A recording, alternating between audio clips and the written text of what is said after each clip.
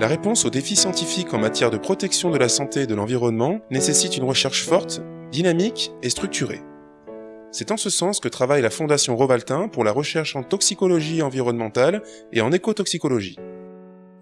Organisée les 13 et 14 octobre 2015 sur l'écoparc Rovaltin dans la Drôme, la deuxième édition du colloque scientifique de la Fondation avait pour objectif d'échanger entre scientifiques académiques, industriels et institutionnels sur des questions de recherche, mais aussi sur des problématiques opérationnelles.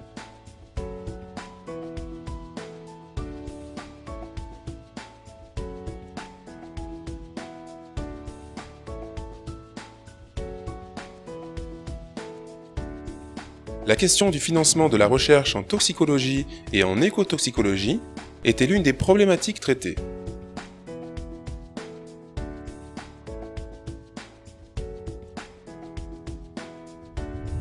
La présentation de différents appels à projets de recherche portés par l'Agence nationale de la recherche, par le ministère en charge de l'écologie et par d'autres structures opératrices a permis de dresser un panorama des financements existants, mais aussi d'échanger avec les acteurs de la recherche sur leurs attentes vis-à-vis des différents guichets de financement.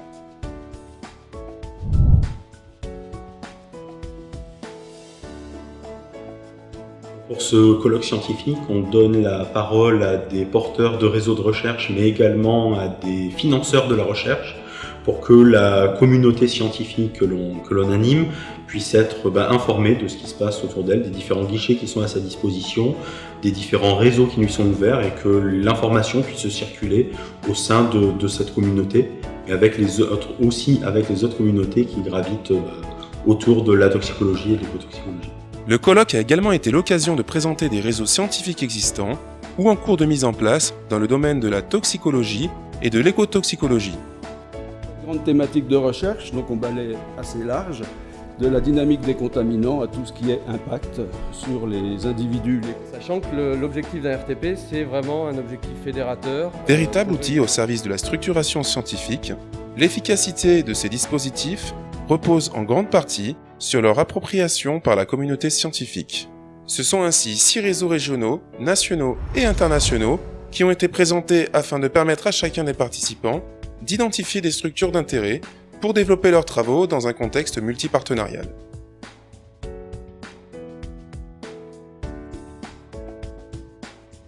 Alors, l'intérêt de l'écoparc pour le colloque qui se déroule aujourd'hui est en lien étroit avec l'intérêt qu'a le parc d'une manière générale pour toutes les activités scientifiques et d'écotoxicologie. Aujourd'hui, plus de 30% des salariés qui travaillent sur ce parc sont et relèvent de ces activités-là. Il était naturel pour nous, bien sûr, d'accompagner la Fondation dans ce colloque annuel aujourd'hui, de plus en plus fréquenté et nous en réjouissons, mais également de prolonger avec l'arrivée et l'ouverture des futurs locaux du pôle Écotox, ce colloque dans les prochains mois.